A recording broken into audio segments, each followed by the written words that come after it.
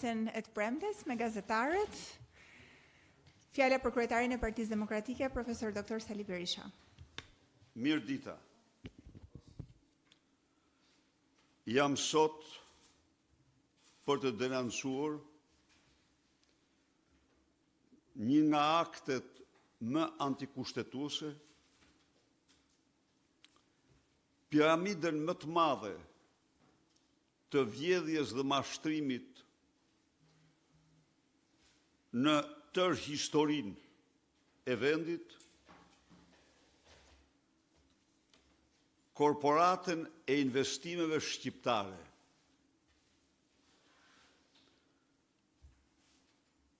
E cila është krijuar me destinacionin për menaxhimin e investimeve si pronare publike, mbi bazën e një ligji thellësisht antikushtetues.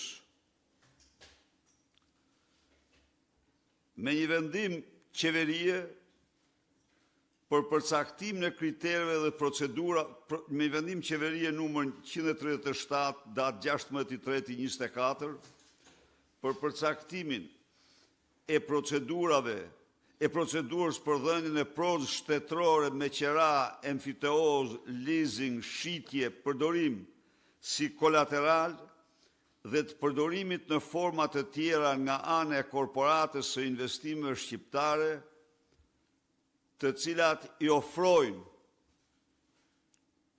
korporatës autonomi të plot. Autonomi të plot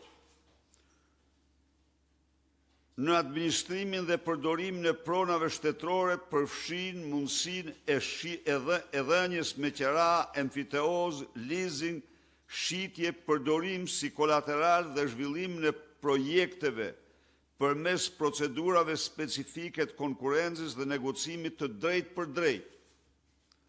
Megjithatë, kjo autonomi sjell një, kemi të bëjmë me dorëzimin e të gjitha pronave të vlefshme shtetërore në duart e kryeministrit Edi Rama dhe të një mafiozje par excellence që quhet Kokona. Një Kokona që ka qenë në zyrat e kryeministrit. Ajo tani drejton korporatën energjetike, korporatën investimeve shqiptare. Sipas vendimit të Edi Ramës, Kokona ka tagër të bëj në kundërshtim me çdo kriter ligjor, në kundërshtim flagrant me ligjet e prokurimeve publike, në kundërshtim flagrant me ligjin e pronave, i cili përcakton në mënyrë taksative se në momentin kur një pronë shtetërore tjetërsohet, i kalon vetiu pronarit. Në momentin kur një pronë shtetërore tjetërsohet, i kalon pronarit, në kundërshtim me kushtetutën, e cila shpall të drejtën e pronës, të drejtë të pacenueshme. Edi Rama ka gjetur një pëllumbesh, që u bë famoze kjo Eliza me atë punë e plumgjoks, ka gjetur një tjetër si Elizë si kjo, me të cilën tjetërson çdo pronë shtetërore sipas dëshirës, urdhrit të Edi Ramës. Mbi bazën e këtij ligji dhe këtij vendimi, Edi Rama dhe Olsi Rama mund të marrin çdo pronë që dëshirojnë në kryeqytet dhe kudo në Shqipëri. Konkretisht, prona Godinë e Re Bibliotekës Kombëtare,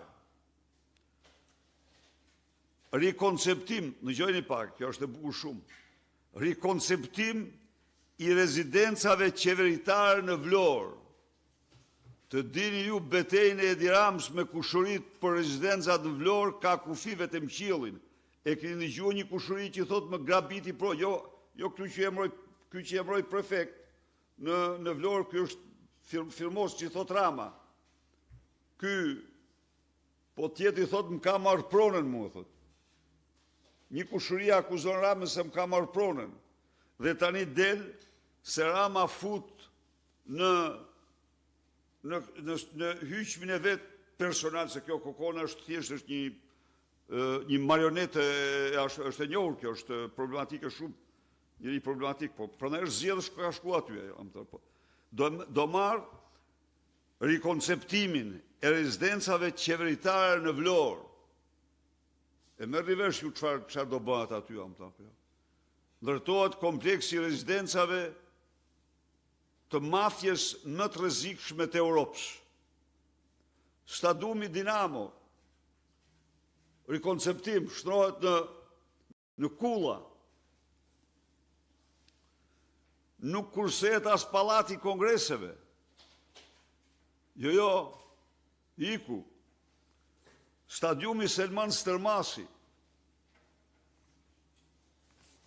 Urdhroni, janë 17 për të mos vazhduar gjë në fund dhe tashi do t'i dëgjoni pak se kjo është po.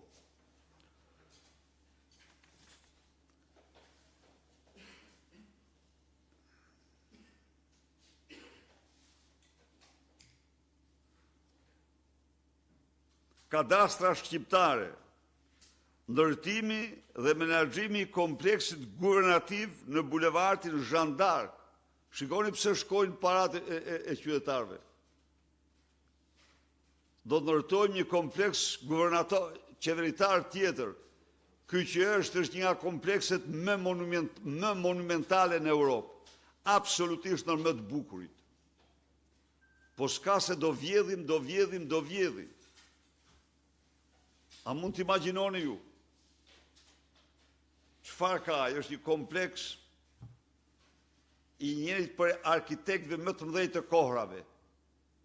Dhe tani duhet ndërtojmë një tjetër për të vjedhur Edi Rama me klanin e tij.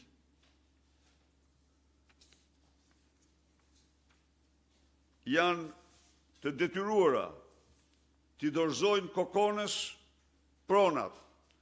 Kuvendi i Shqipërisë, Ministria e Infrastrukturës Energjetikës apo institucionet autorizuara prej saj, Agjencia Kombëtare Ujësjellës Kanalizimeve, Autoriteti i Aviacionit Civil, kudo që ka vu ky syrin pronave, janë detyruar t'ia dorëzojnë.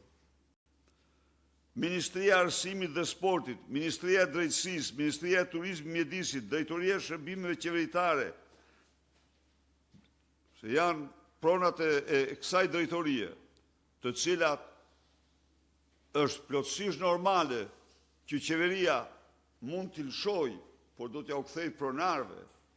Qeveria nuk mund t'ja u jap të tretëve kur ka një ligj dhe të pronarët në rast se është vil kanë të drejtën e parablerjes.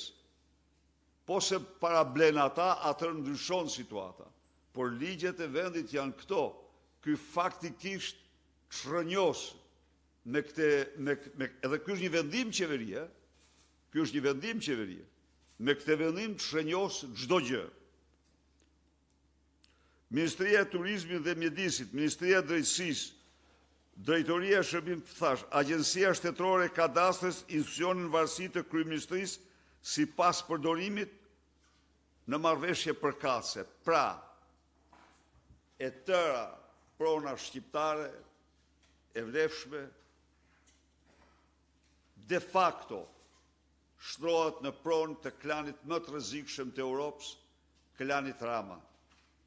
Se si një agjensi e vetme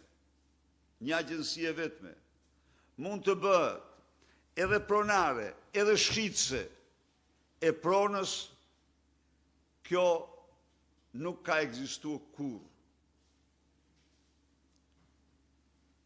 ka një check and balance. Ky mekanizëm shuhet. Pronari pronave në Republikën e Shqipërisë ka qenë Ministria e Financave. Pronat që i kanë patur dikasteret tjera, ato kanë marrë vendime për to, por gjithnjë pas miratimit nga Ministria e Financave, që ka qenë një kontroll i fortë, kurse tani zonja Kokona shkruan vetë, vulos vetë, vendos vetë. Te i kalon kjo çdo imagjinat. Kjo është një vjedhje për masave të pa imagjinueshme. Këto çështje janë ngritur edhe nga mediat në mënyrë të përsëritur, por ka një heshtje totale se çdo aferë korruptive e